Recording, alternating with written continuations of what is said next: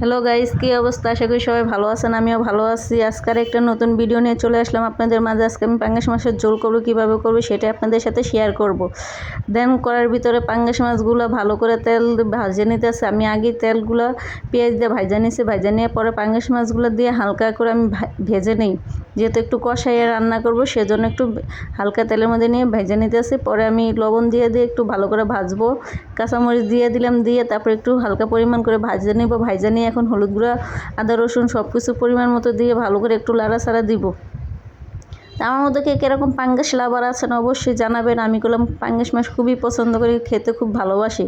আজকে পাঙ্গাস মাছগুলো সুন্দর করে ছোটো ছোটো করে কাইটে গরম পানিতে ধুয়ে ভালো করে রান্না করতেছে। এরকম করে একবার রান্না করে খাইয়ে দেখবেন, দেখবেন মাংসের মতো লাগে, একটা কালার বাইরে অনেক সুন্দর কালার। আমি করলাম কাঁচামরিচের তরকারি খাই, তারপর কালারটা দেখতে অসাধারণ লাগে।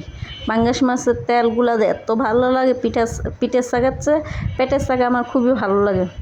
দেন ঢাকনাটা দিয়ে দিছি, দিয়ে ভালো করে কষিয়ে নিলাম। দেখেন কালারটা কত সুন্দর লাগছে, মনে হইতেছে মাংসের টুকরা, মনে হয় পাঙ্গাস মাছের টুকরা না, মনে হইতেছে মাংসের টুকরা। খুবই ভালো লাগতেছে। এরকম করে আমার রান্না করলে খুব ভালো লাগে। তো আজকে আমি কাঁচকলা দিয়ে, আলু দিয়ে, টমেটো দিয়ে ঝোল করবো পাঙ্গাস মাছের। আমার এই তরকারিটা খুবই একটা পছন্দের তরকারি। যে কলাগুলো দিয়ে দিলাম আর সাথে আলুগুলো ভালো করে সিদ্ধ করে দিয়ে দিছি। কলা আলু ভালো করে আগের থেকে সিদ্ধ করে রাখছিলাম, সেটা দিয়ে দিলাম। এই দেন টমেটোগুলো দিয়ে দিছি, দিয়ে ভালো করে এখন লাড়াচাড়া দিয়ে কষিয়ে নিব। আমি তো পাঙ্গাস মাছ খুব ভালো লাগে। কে কে আমার মতো এরকম পাঙ্গাস লাভার আছেন অবশ্যই জানাবেন। যে আমার তরকারিগুলো প্রায় কষানো শেষ হয়ে যাইতেছে। তরকারির গ্রান্ড এত সুন্দর বেড়েছে, অনেক বলার বাহিরে। তো দেন এখন কষানি শেষ হয়ে গেছে তরকারিগুলো।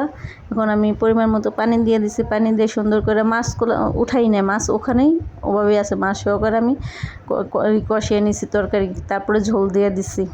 ভাই আমি আগেই বলছি, আমি কথা বলতে গেলে একটু নার্ভাস হয়ে যায়, নতুন, সেজন্য কথা বলতে গেলে একটু আটকে আটকে পড়িতে। সবাই ক্ষমা দৃষ্টিতে দেখবেন, কোনো ভুল ত্রুটি হলে সবাই মাফ করে দিবেন।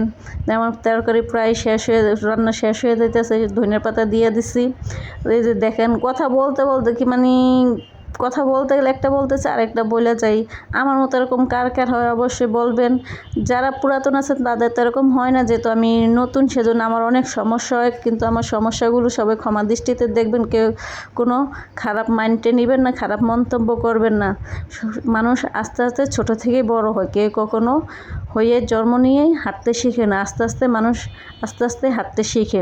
তো আমারও সেই একই অবস্থা। আমি যেহেতু নতুন, আমার একটু সমস্যা হবে, আমি আস্তে আস্তে সব ঠিক হয়ে যাবে যদি আপনাদের সাপোর্ট থাকে। সবাই আমার ফেসবুকে যাইয়া একটু ফলো করে রাখবেন আমাকে। আমি যেহেতু নতুন, আপনাদের সাপোর্ট ছাড়া আমি এগোতে পারবো না। তো আজকে আমার রান্নাটা কীরকম হয়েছে অবশ্যই কমেন্টসে জানাবেন। যে আমার ফাইনালি রান্না শেষ হয়ে গেছে। আমি এখন চুলাটা ভালো করে মুছে নিব। আমি রান্না করার সাথে সাথে চুলাটা মুছে নেব। আমার চুলাটা অনেক শখের চুলা, এটা আমি অনেক আগে কিনছি চুলা। যখন আমাদের গ্যাস আসলো তখন যে মাঝে মাঝে গ্যাসের লাইন কেটে দিত, সেজন্য আমি গ্যাসের চুলাটা কিনে এনেছি। কিন্তু এখন তো পার্মানেন্ট সিলিন্ডারে রান্না করতে হয়, এই জন্য আমি সবসময় এই চুলাটা সুন্দর করে পরিষ্কার করে রাখি। আজকে এই পর্যন্ত, আল্লাহ হাফেজ।